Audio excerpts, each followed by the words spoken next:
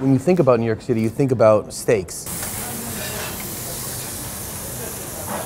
I think carnivores are still very much out there and people want that steakhouse atmosphere with the big red wines and the buttery steaks. I think there's very much still an audience for that.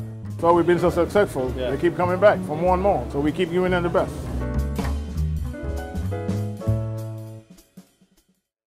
The New York City Steakhouse is a dining institution that's been delighting guests for over 150 years. Today, we're visiting 3 locations to find out why eating meat is such a popular pastime, and why people across the world seek out these establishments. Our first stop, Peter Luger, which has long held the top spot on Zagat's list of best steakhouses.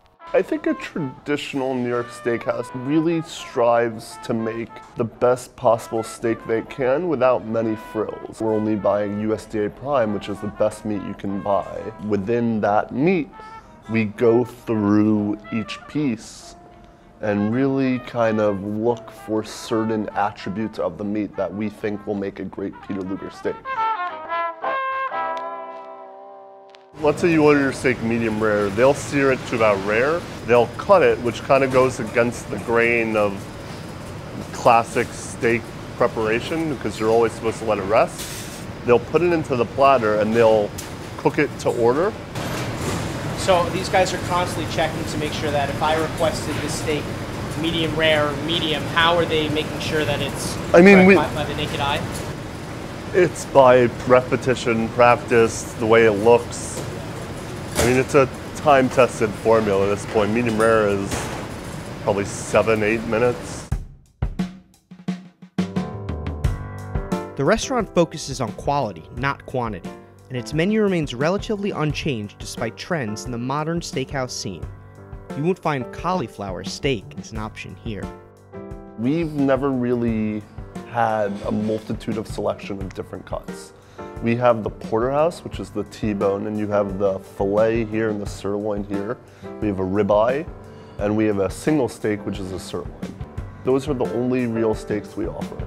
I think we really try to stick with not the bare minimums, but the things that are tried and true here. Everything is now technology oriented, of which we have none. We have no point of sale systems, no open table. We don't play any music, we don't take credit cards. We really cling to a different era. Part of what really separates us, frankly, has been the recognition we've received. It's really bolstered our name amongst people traveling to New York, and the steak for 2 is really what's made Peter Luger into the name it is now. We're using the best meats and yet we're able to really keep our price down, and we try to do that across the board. And what I always tell our staff is our goal is to get people a little happier when they leave than when they walked in.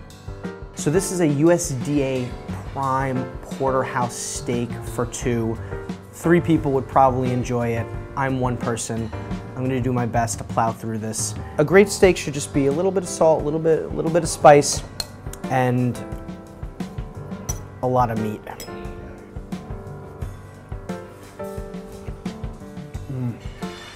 The steak is so juicy. And I think the beauty of the New York City Steakhouse, particularly Peter Luger's, is that they're not changing anything.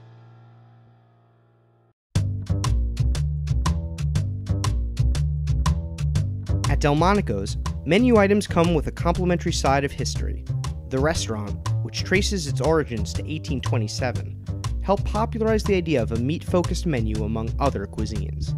Delmonico's was the first establishment to use the French term restaurant. You know, prior to that you had bars, inns, taverns. It had gotten the steakhouse kind of niche because of the amount of game and steak they had on their first menus in the 1830s. And 2 in particular, the boneless ribeye, which is the Delmonico steak that got the name from the restaurant, and you had the New York strip that was named the establishment as well. A lot of the modern steakhouses definitely do model from Delmonico's, from the way they do their menu to the way they set up their dining room and the different cuts of meats. You have to have the best meat in the city because it's not about competition, but the prices you're charging to the folks, you got to really hand select most of your beef. We just keep getting busier and busier and busier. I mean, last year we went on just the Delmonico steak alone, the signature cut was about 50,000 pounds. And we're on track to possibly break that.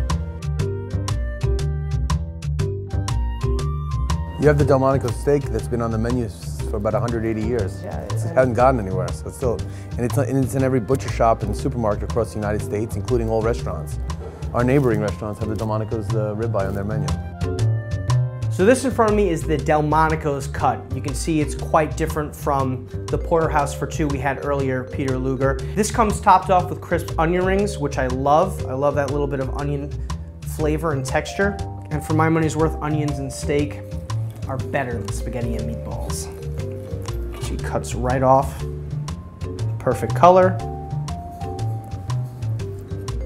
You have crisp exterior, juicy inside, a bit of salt, pepper. We're not reinventing the wheel here. We're just making sure the wheel is as smooth as it can be.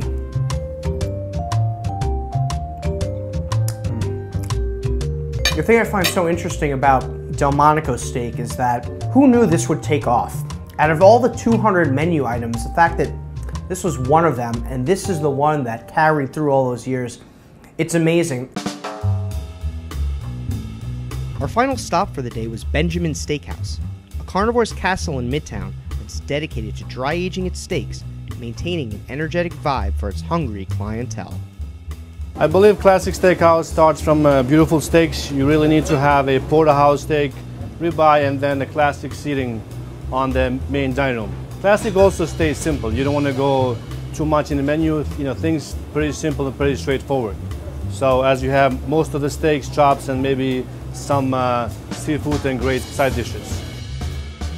Tonight we're gonna go through, I'll say, Probably at least 400 pounds.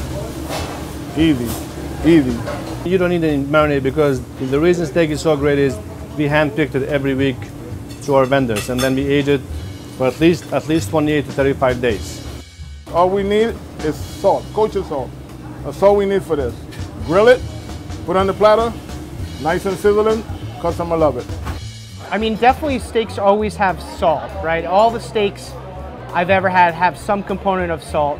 So I definitely understand balancing it with sweetness like a sauce, but for me, if you're gonna have this premium quality product, just enjoy it for what it is. Look at that juicy piece, steaming, dripping, just teasing me. It wants to be eaten, and I'm gonna make its wish come true.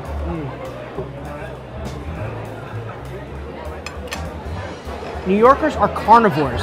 They're eating just as much meat now than they have as in the past, if not more.